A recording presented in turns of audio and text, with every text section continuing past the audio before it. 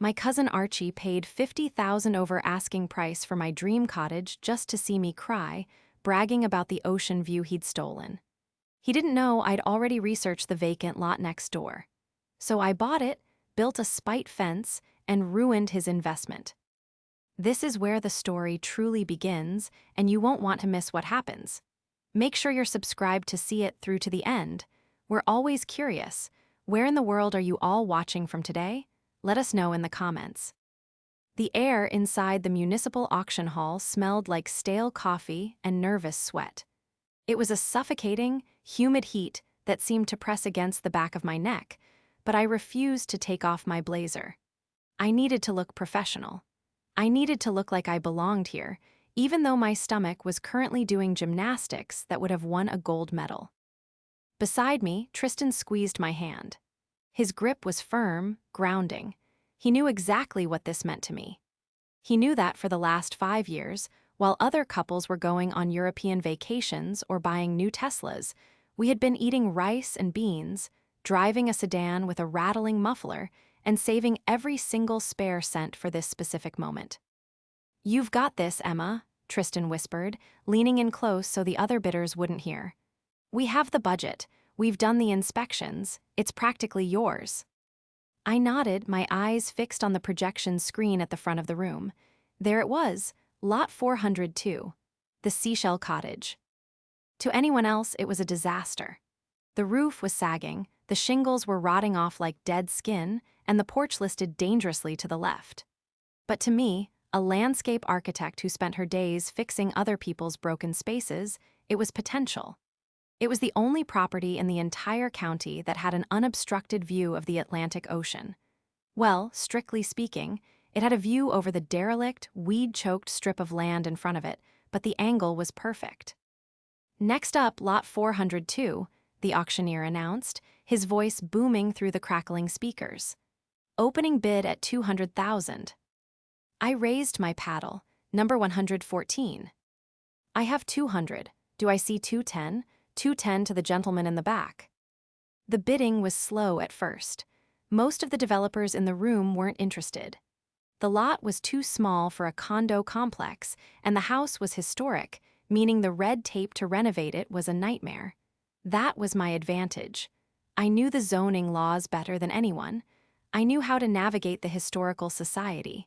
This was my niche.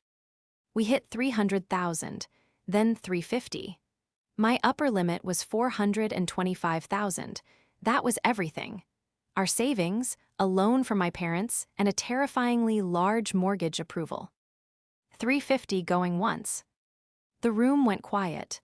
My heart hammered against my ribs. Is this it? Is it actually happening? Then, the double doors at the back of the hall swung open with a loud, theatrical bang. Heads turned, the auctioneer paused. Walking in, wearing a suit that cost more than my car and sunglasses, he definitely didn't need indoors, was Archie. My blood ran cold. Archie didn't look at the crowd. He scanned the room, spotted me, and a slow, oily grin spread across his face. He didn't walk like a normal person. He strutted, oozing that specific brand of unearned confidence that comes from being Aunt Carol's golden boy for 35 years. "Sorry I'm late," Archie announced, his voice carrying effortlessly. He held up a paddle he must have grabbed from the registration desk on his way in. 400,000. The air left my lungs. He jumped the bid by $50,000 in a single breath. Tristan stiffened beside me. What is he doing here? He told the family he was in Dubai. He lied, I whispered, my voice trembling. I raised my paddle, 410. Archie didn't even look at the auctioneer. He looked directly at me, pulled his sunglasses down the bridge of his nose, and winked. 420, Archie said. 425, I choked out. That was it. That was my cap. I couldn't go a penny higher without bankrupting us. Archie laughed. It was a short, sharp bark of a sound. Oh, come on, Emma. Is that really all you brought to the table? Let's make this interesting. 475. The room gasped. A $50,000 jump was insane for a property like this. The auctioneer looked stunned but quickly recovered, sensing a commission spike. I have 475. 475 to the gentleman in the Italian suit. Do I hear 480? I stared at Archie. He wasn't looking at the screen. He wasn't looking at the picture of the house. He didn't care about the foundation or the roof or the zoning. He was staring right at me, his eyebrows raised in a mocking challenge. He knew exactly how much I had saved. He knew this was my dream, and he was buying it solely to ensure I didn't get it. Going once, the auctioneer droned. I looked at Tristan. His face was pale. He shook his head slightly. We couldn't do it. We literally couldn't do it. Going twice. Tears pricked my eyes, hot and humiliating. I lowered my paddle. Sold to bidder number 205 for $475,000. The gavel slammed down, sounding like a gunshot in the silent room. Archie clapped his hands together, victorious. He walked over to us, bypassing the auctioneer's assistants who were trying to get his signature. He stopped right in front of me, looming over my chair. "Tough break, cuz," he said, flashing his veneers. "But honestly, you did me a favor. I needed a place to park some cash, and the view from this dump is going to be worth millions once I tear it down. Don't worry, I'll invite you to the housewarming. You can park the cars." He laughed again, patted Tristan on the shoulder with condescending force, and walked away to sign the papers. I sat there, frozen, unable to breathe. I felt physically ill, a nausea roiling in my gut that had nothing to do with the heat. It wasn't just that I had lost the house. It was that he had taken it with such casual cruelty, tossing around an amount of money that represented 10 years of my life like it was pocket change. The betrayal, I whispered to Tristan, my voice barely audible, was worse than the diagnosis itself. I realized I wasn't talking about a medical diagnosis, but the diagnosis of our family dynamic, the realization that my cousin wasn't just competitive, he was a predator. The drive home was silent. Not the comfortable silence Tristan and I usually shared, but a heavy, thick silence that felt like mourning. The rain had started to fall as we left the auction house, turning the world gray and miserable, matching the pit in my stomach perfectly. When we walked into our small apartment, I didn't even take off my shoes. I just walked straight to the sofa and collapsed, staring at the ceiling. "I can't believe he did that," Tristan said, finally breaking the silence as he walked into the kitchen to start the kettle. "He didn't even want that house, Emma. Last week at the barbecue, he was bragging about buying a penthouse in the city." "He wants whatever I want," I said, my voice hollow. "He always has. If I wanted a bike, he needed a better bike. If I got good grades, he had to cheat to get better ones. He couldn't stand the idea of me having something special." My phone buzzed on the coffee table, then it buzzed again, and again. I picked it up, a group chat notification, the family thread. "Archie just picked up a little investment property, oceanfront baby, who wants to come for a demolition party next month." Attached was a selfie of him standing in front of my cottage, holding the sold sign, giving a thumbs up. Then came the reply from Aunt Carol.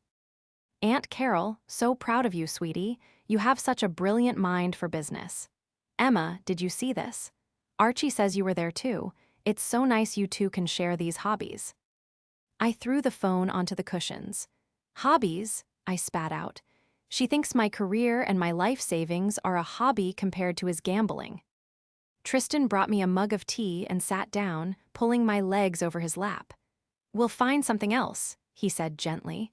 "We always figure it out." "It's not about finding something else," I said, tears finally spilling over. "It's that spot, Tristan, the topography, the way the light hits the ridge. I had the blueprints drawn in my head. I knew exactly how I was going to terrace the garden so we could see the sunset over the water." "I know," he soothed. "I know." The phone rang. It wasn't a text this time, it was a call. "Don't answer it," Tristan warned. I looked at the screen. Archie. I shouldn't have answered. I should have blocked him. But a dark, masochistic part of me needed to hear what he had to say. I swiped accept and put it on speaker. "Emma," Archie's voice was loud, likely competing with the wind. Hey, look, I wanted to say no hard feelings about today. Business is business, right? You overpaid by 75 grand, Archie, I said, my voice shaking despite my best efforts to sound cold. That's not business, that's stupidity. Pocket change, he scoffed. And it's not stupidity when you see the vision. I'm standing on the porch right now. I'm looking at my ocean. It's magnificent. I'm going to tear this rotting shack down, put up a 3-story glass modern marvel. Floor-to-ceiling windows facing the water. It's going to be the jewel of the coastline. I'll probably double my money in 2 years. The jewel of the coastline, I repeated, closing my eyes. Exactly. Unobstructed views, Emma. That's what people pay for. You can't put a price on an infinite horizon. I paused. Something in his words triggered a memory. A faint, scratching detail from the hours and hours I had spent poring over the county Sioux. Arve maps and zoning PDFs. Unobstructed views. You know, Archie continued, clearly enjoying his monologue, Mom thinks you should come help me with the landscaping. I'd pay you, of course. Friends and family rate. I'm a landscape architect, Archie, not a gardener, I said, my eyes snapping open. I sat up straighter on the couch. Same difference. Anyway, gotta run. I have a contractor meeting. Just wanted to make sure you weren't crying into a pillow or anything. Click. I sat there, the phone still in my hand, the dial tone buzzing. He's a monster, Tristan muttered. Tristan, I said, my voice changing. The sadness was evaporating, replaced by a sudden, sharp clarity. Hand me the iPad. What? Why? Just hand it to me. He passed it over. I frantically opened my files, scrolling through the saved PDFs of the property lines for the coastal district. I zoomed in on lot 402, the cottage Archie just bought. What are you looking for? Tristan asked, leaning over my shoulder. I traced the red line of the property boundary. The cottage sat on a rise. Below it, sloping down toward the rocky beach, was another strip of land. Lot 403. Archie said he has an unobstructed view, I murmured, my heart starting to race, not from fear this time, but from adrenaline. He thinks the land in front of the house is part of the property, or that it's protected conservation land. Isn't it? Tristan asked. It's just scrub brush and rocks. Nobody has built there in 50 years. I pulled up the zoning code for lot 403. It was classified as R2 residential nonconforming. It's not conservation land, I whispered. It's a separate, buildable lot. It's narrow, it's ugly, and it's been on the market as a distressed asset for 3 years because nobody thinks you can build a house on it. Can you? Tristan asked. I looked at the dimensions. I looked at the setback requirements. I did the mental math that only a landscape architect with 10 years of experience in this specific county could do. You can't build a house, I said, a slow, dangerous smile forming on my lips for the first time all day. Not a standard one. The septic requirements wouldn't allow for the bedrooms. So it's useless. No, I said, looking at Tristan. You can't build a house, but under the current zoning laws, you are perfectly entitled to build an accessory structure or a privacy wall up to 20 feet high, as long as it includes a living element like a vertical garden. Tristan looked at the map, then at me. Emma, that lot is right in front of Archie's porch. Directly in front, I confirmed. If someone were to build something there, say, a very tall, very dense vertical garden structure, his infinite horizon would become a view of a wooden wall. But he had forgotten one crucial thing, I said, tapping the screen. He never looks at the details. To understand why I was about to do what I was about to do, you have to understand Archie. Or rather, you have to understand the cult of Archie. Since we were kids, Archie was the protagonist of the universe. I was just the NPC. When we were 7, I saved up my allowance for months to buy a specific red bicycle. 2 days after I got it, Archie rode it into a creek, ruining the chain and bending the frame. When I cried, Aunt Carol didn't scold him. She sighed, looked at me with pity, and said, "Oh, Emma, don't be so dramatic. He was just testing it out. He has such an adventurous spirit. You should be flattered he wanted to ride yours." That was the refrain of my childhood. Be flattered, be the bigger person. Archie is special. Archie failed algebra 3 times. I tutored him every night for a month so he could graduate. When he got a C-, Aunt Carol threw him a party. I was valedictorian, and at my graduation dinner, Archie announced he was starting a business, selling knockoff sunglasses, and spent the whole meal pitching my parents for investment capital. Now we were in our 30s. I had spent 7 years in university and 5 years working 80-hour weeks to become a licensed landscape architect. I understood soil composition, structural loads, drainage tables, and municipal law. Archie did things. He sold crypto. He flipped sneakers. He got into consulting. He was currently calling himself a high-end real estate speculator, which apparently meant using his parents' retirement fund to buy properties he didn't understand, slapping a coat of gray paint on them, and selling them to unsuspecting out-of-towners. But this time, the dynamic was different. This wasn't a bicycle. This was my home, and more importantly, he had entered my world. "Are you sure about this?" Tristan asked later that night. We were sitting at the kitchen table, the blueprints for the useless Lot 403 spread out between us. The lot is cheap, sure. $15,000 because everyone thinks it's unbuildable, but the construction costs. "I can design it myself," I said, sketching furiously on a notepad. "And since you're a structural engineer, you can stamp the drawings." Tristan smiled. "I can." "We buy the lot quietly," I outlined the plan. "LLC name, something generic, Coastal Preservation Partners." Archie won't look twice. He's too busy picking out Italian marble for a house he hasn't even renovated yet.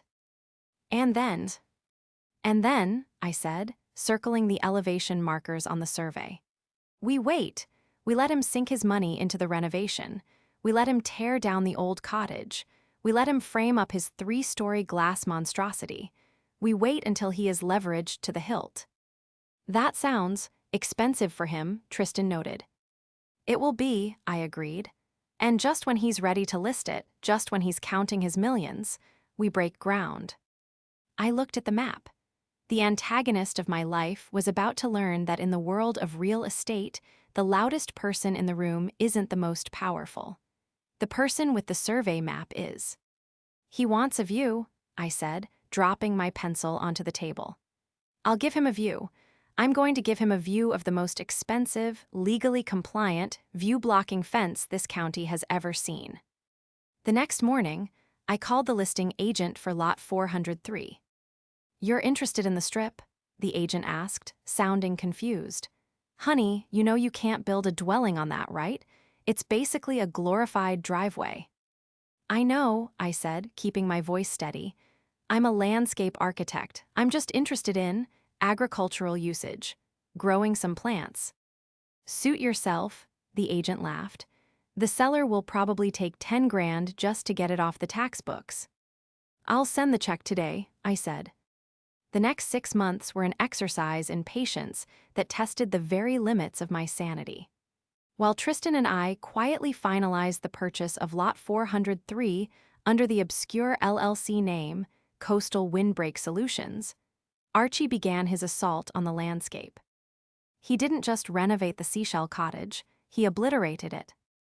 I watched from a distance, sometimes driving by, sometimes hearing the updates through the breathless, admiring commentary of Aunt Carol on the family group chat, as the charming, weathered shingles were torn away. The historic porch was chainsawed into kindling. The sloping roofline, which had weathered a century of storms, was replaced by a flat, industrial roof deck. Archie was building a glass box.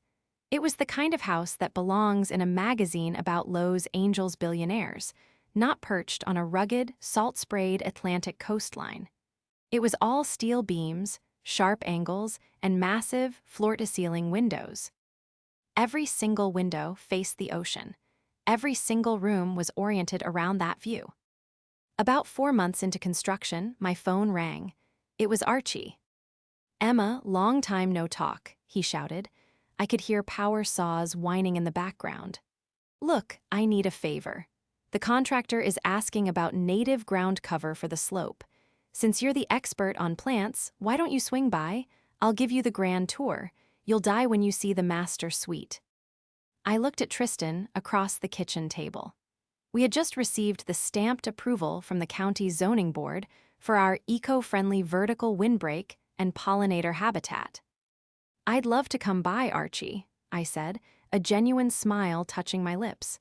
I'd love to see what you've done with the place. I drove over an hour later. The house was undeniably impressive in a cold, sterile way. It loomed over the landscape, aggressive and imposing. Archie met me at the front door, wearing a hard hat that looked brand new and holding a roll of blueprints he definitely didn't know how to read. "Welcome to the Vista," he announced, spreading his arms. "That's what I'm calling it. Catchy, right? Branding is everything." He led me through the house. It was a hollow echo chamber of drywall dust and pretension. But the piece de resistance was the living room. The entire back wall was missing, replaced by a single, seamless pane of glass that must have cost $50,000 alone. Through it, the view was breathtaking. The ocean churned gray and blue, the horizon stretching out forever. And right there, at the bottom of the frame, was my ugly, scrubby strip of land, Lot 403. "Is that not the money shot?" Archie asked, standing beside me, hands on his hips. "I've already got a realtor in the city teasing it to international buyers. We're listing at $2.5 million. 2.5, I asked, keeping my voice neutral. "That's ambitious, Archie, especially considering the market." "The market doesn't apply to masterpieces, Emma," he scoffed. "And the view adds a 50% premium.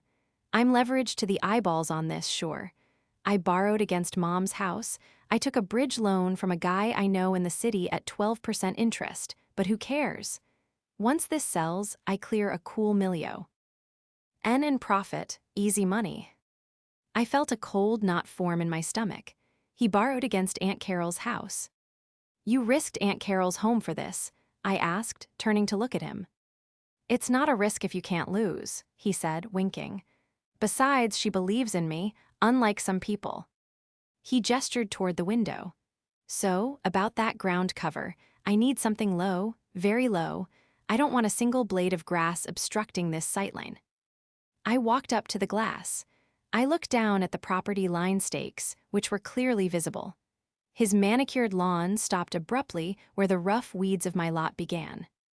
"You know, Archie," I said softly, "you really should have checked the survey on that lower lot before you installed a $100,000 window wall." "Why?" he laughed, checking his watch. "It's a ditch. Nobody owns it. It's just nature."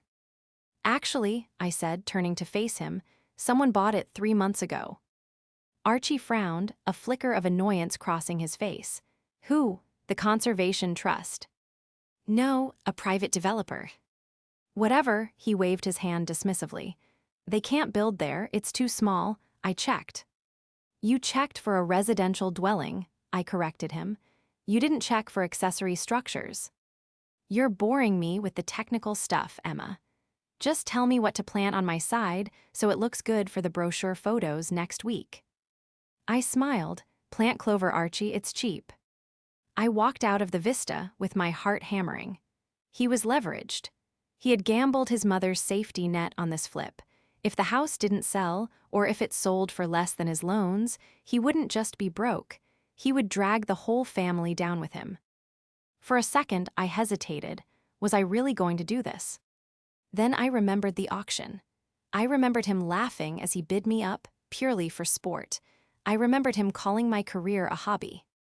I got into my car and called Tristan. "Schedule the contractors," I said. "We break ground on Monday."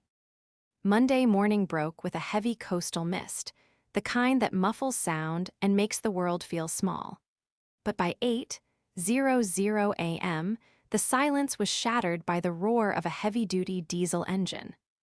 I was parked down the road, sipping coffee from a thermos, watching through binoculars. The flatbed truck rumbled down the narrow lane, carrying a massive hydraulic auger, a drill designed for sinking deep pilings. Behind it was a lumber truck loaded with 6x6 pressure-treated posts, each one towering 22 feet long. They pulled up to the curb of Lot 403, directly in front of Archie's gleaming glass house. I saw the front door of the Vista fly open. Archie ran out in his bathrobe, stumbling into the wet grass. He was screaming something, waving his arms frantically, but the sound of the truck backing up drowned him out. I put the car in drive and rolled slowly down the street, pulling up right as Archie was screaming at the foreman. "Private property, you can't park here, I'll have you arrested." Archie's face was a mottled red, his hair wild. The foreman, a burly guy named Mike who I had worked with on 3 previous commercial projects, just looked at his clipboard. "We're on lot 403, buddy. We have a work order." "There is no work order," Archie shrieked.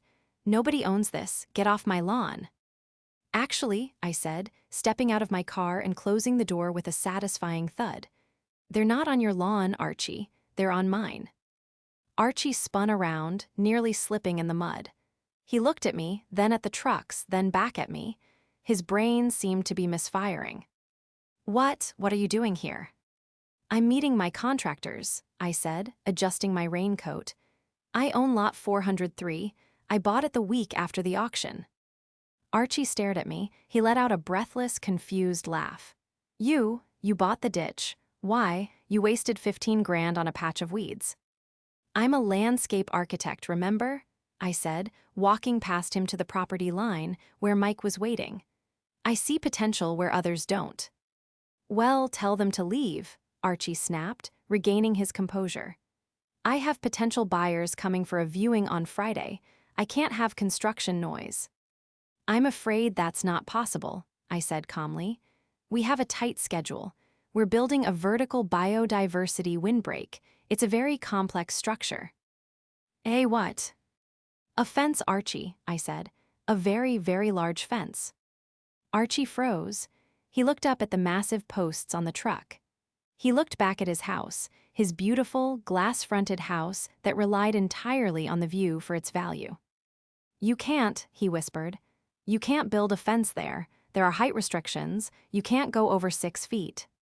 "For a residential boundary fence, you are absolutely correct," I said, pulling a folded document from my pocket. "Section 14, paragraph B of the Coastal Zoning Code. However, if the structure is classified as an environmental wind mitigation system with integrated live plantings, and it is set back 5 feet from the road, the height limit is 20 feet. I handed him the permit. It was stamped with the official county seal.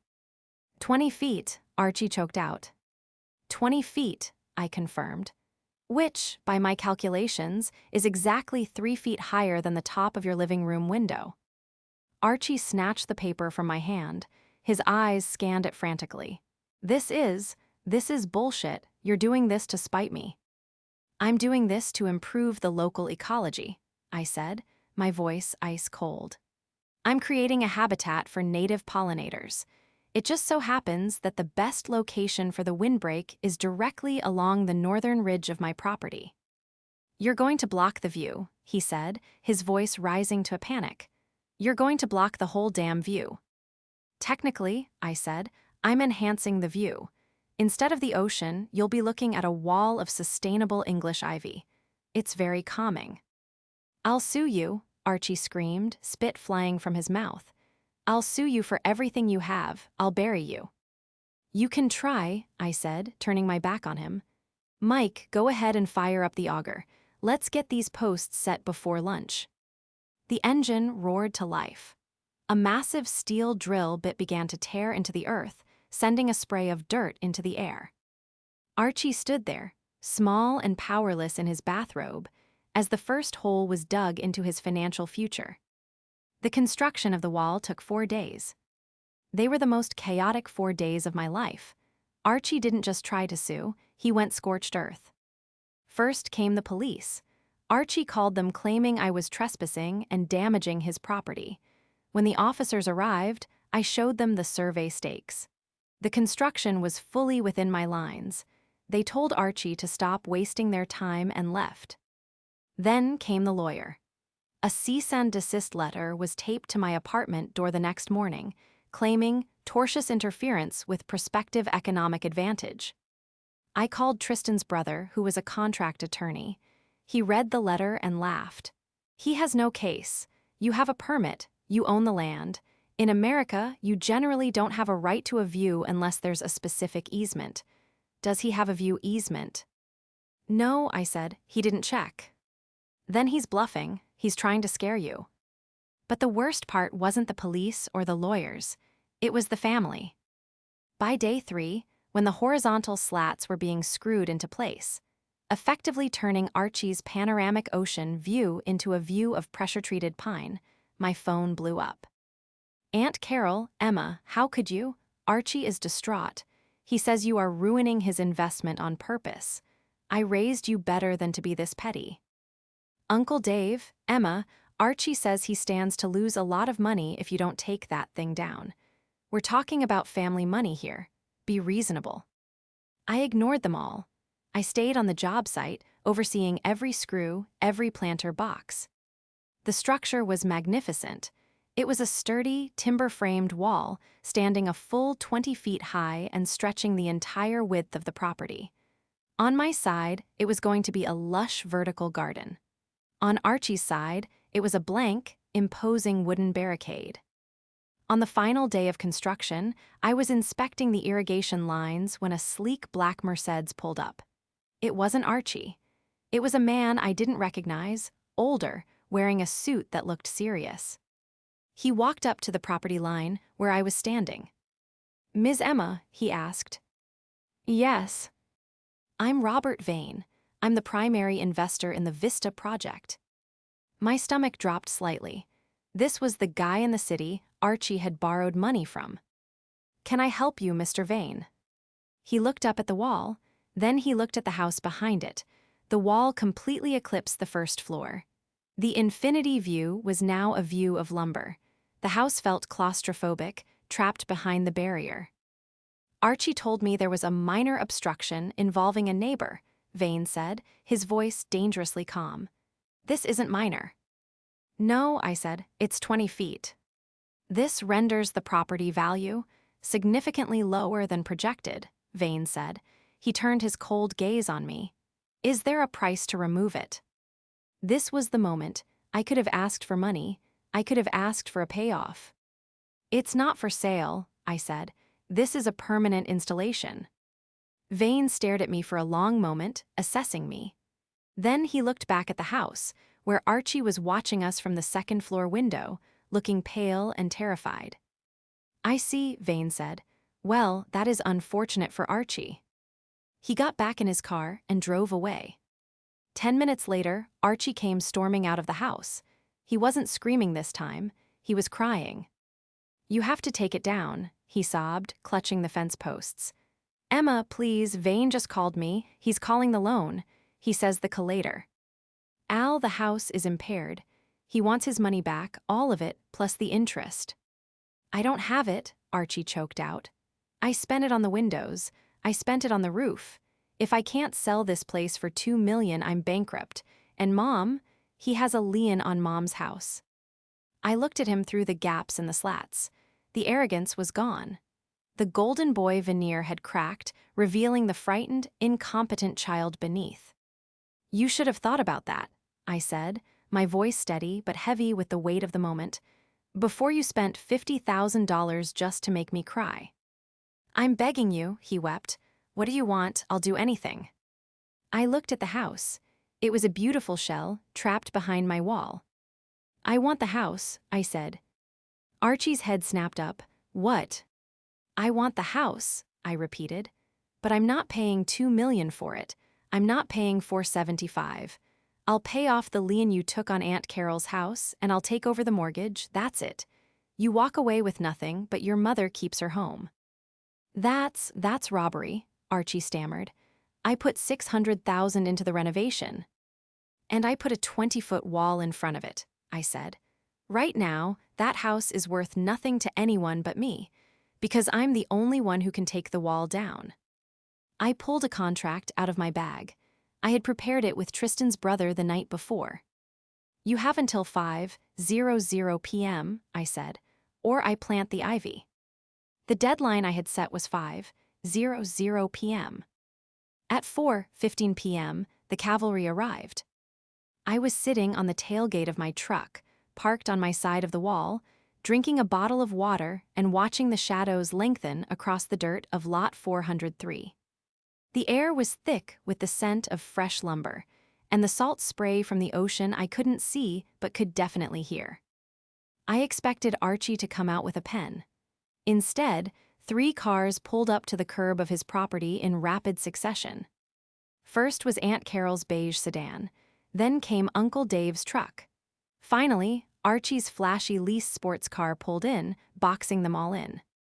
They didn't come to the front door of the house. They walked straight around the side, marching through the mud toward where I was sitting. It looked like a military formation, with Aunt Carol at the point, her handbag clutched like a weapon. Archie trailed behind them, looking down at his phone, refusing to make eye contact with me. I stayed on the tailgate. I didn't stand up. I didn't want to give them the satisfaction of seeing me defensive. Emma Rose, Aunt Carol's voice was shrill, cutting through the sound of the wind. This has gone on long enough. I want this monstrosity taken down immediately. She stopped at the property line, gesturing wildly at the 20-foot wall of timber that loomed over us. "Hello, Aunt Carol," I said calmly. "It's good to see you. You're trespassing, by the way. This is Lot 403. "Don't you give me that legal mumbo-jumbo," she snapped. "We are family. Do you have any idea what you are doing to your cousin? He is sick with worry. He hasn't slept in 3 days. "He looks tired," I agreed, glancing at Archie, who was hovering near the corner of the fence, looking pale and sweaty. Maybe he should have slept before he tried to ruin my financial future at the auction. "That was business," Uncle Dave chimed in, stepping forward. He was a large man who usually avoided conflict, but Archie had clearly spun a compelling sob story. The boy saw an opportunity. You can't punish him for being sharper than you. "Sharper," I laughed, a dry, humorless sound. "Dave, look at this wall. Does this look like the work of someone who was outsmarted?" "It looks like spite," Carol screamed. "Pure, jealous spite. You couldn't handle that he won, so you're trying to destroy him. Archie told us everything. He told us you're demanding the deed to the house. He told us you're trying to steal his hard work." "Steal?" I asked. "I offered to buy it. I offered to take over the debts." "For pennies," Carol yelled. "He put his soul into this house, and you want to take it for nothing? I am ashamed of you. Your mother would be ashamed of you." That was the line. That was the trigger. I hopped off the tailgate. My boots hit the ground with a heavy thud. I walked up to the property line, standing toe-to-toe with my aunt. "Don't you bring my mother into this," I said, my voice dropping an octave, becoming dangerously quiet. "And if Archie told you everything, then I assume he told you about Mr. Vane." The silence that followed was heavy. Carol blinked. "Who?" I looked at Archie. He flinched physically, taking a step back.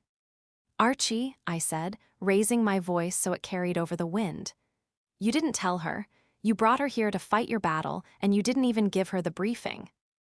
"Shut up, Emma," Archie hissed. "Just shut up. We can work this out." "No," I said. "We're done working it out. It's 4:30. You have 30 minutes. I turned back to Aunt Carol. "Archie didn't use his own money to buy this place, Carol. He didn't have $475. He borrowed the down payment from a hard money lender in the city named Robert Vane. Predatory rates, high risk." "So," Carol said, though her voice wavered, "businessmen take loans. That's normal." "And for the renovation," I continued. "The glass wall, the steel beams, that was another $200,000. He didn't have that either, so he needed collateral, real collateral, something with equity." I watched the realization slowly dawn on her face. Her grip on her handbag loosened. "He told me," Carol stammered. "He told me he just needed me to sign a character reference, a guarantor form for a business line of credit." I pulled a file folder from my truck. I had come prepared. Tristan's brother had pulled the public records from the county clerk's office that morning. "This is a deed of trust," I said, holding up the document. "Recorded 4 months ago, it places a second lien on 42 Maple Drive." Carol's face went white. Maple Drive was her house, her paid-off retirement sanctuary. "Archie," she whispered, turning slowly to look at her son. Archie looked at the ground, at the fence, at the sky, anywhere but her. "Mom, it was a sure thing. The house was going to sell for 2.5. I was going to pay it off next week. You were never in danger. Emma is she's blowing it out of proportion." "The investor was here yesterday, Carol," I said ruthlessly. "He saw the wall. He knows the view is gone. He knows the house is worth half of what Archie projected. He's calling the loan. If Archie doesn't pay him $600,000 by the end of the month, Mr. Vane forecloses. Not on this house. There's no equity here. He forecloses on your house." The silence on the hillside was absolute. Even the seagulls seemed to stop screaming.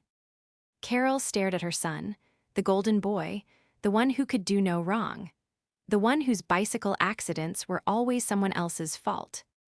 "You gambled my house," she asked, her voice trembling. "You gambled my home on a view." "I didn't lose it," Archie shouted, his voice cracking.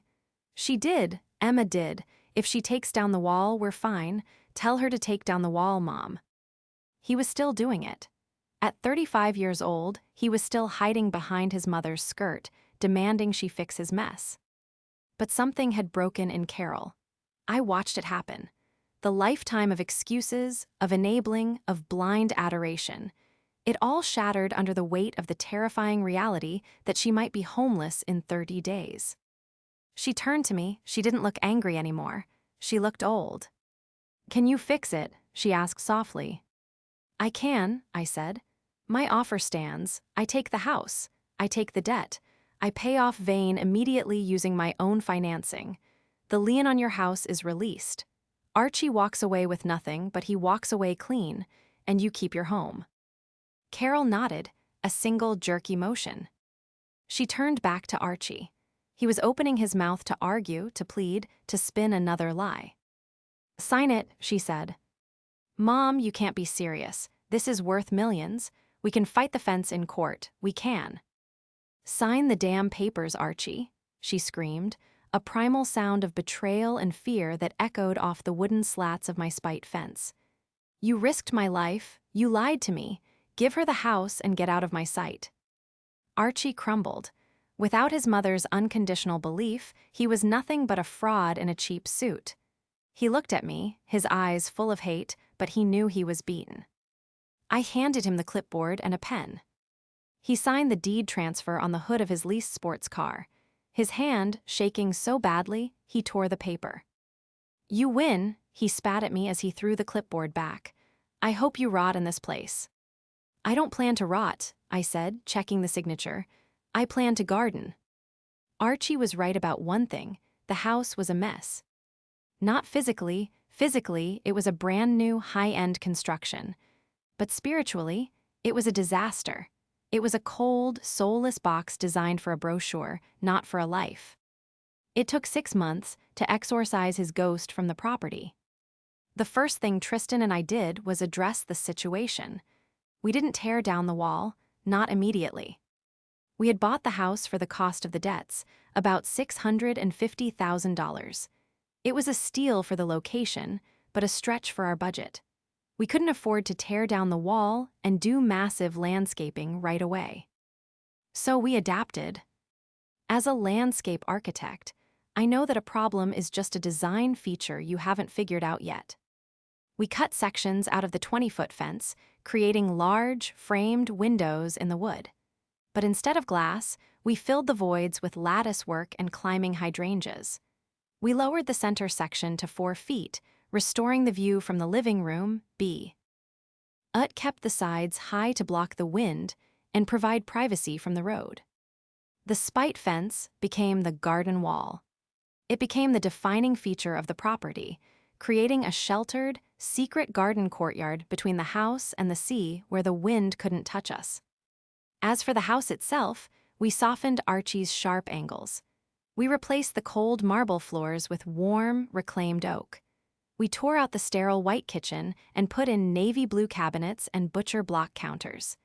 We turned the master suite into a cozy bedroom where you didn't feel like you were on display in an aquarium.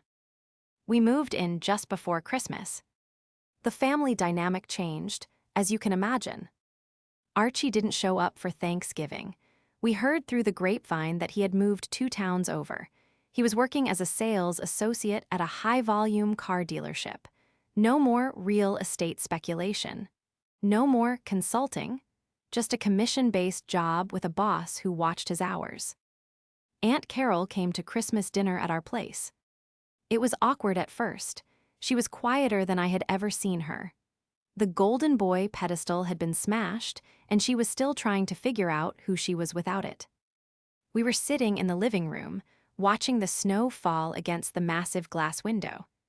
The ocean was a churning gray slate beyond the garden wall, wild and beautiful.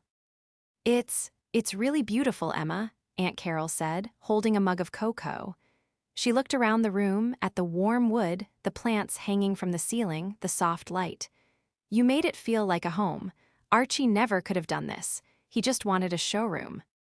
"Thank you, Aunt Carol," I said gently. "I'm sorry," she said, her voice cracking slightly. She didn't look at me, she looked at the fire. "For the auction, for everything, I wanted him to be successful so badly, I think I stopped looking at who he actually was." "I know," I said, and I did. I forgave her mostly, but I would never forget. Tristan walked in from the kitchen, carrying a tray of cookies. He sat down next to me, sliding his arm around my waist. "So," he asked, looking at the window, "do you think we should lower the fence another foot in the spring, get a bit more horizon?" I looked out at the structure I had built. The structure that had saved us, vindicated us, and ultimately brought us here. The ivy I had planted that first day was already climbing the posts, turning the wood green and alive. "No," I smiled, leaning my head on his shoulder. "I like it exactly the way it is. It reminds me that sometimes the best view isn't the one you buy, it's the one you build." We sat there in silence, watching the waves crash against the shore, safe behind our wall, in the house that was finally, rightfully ours.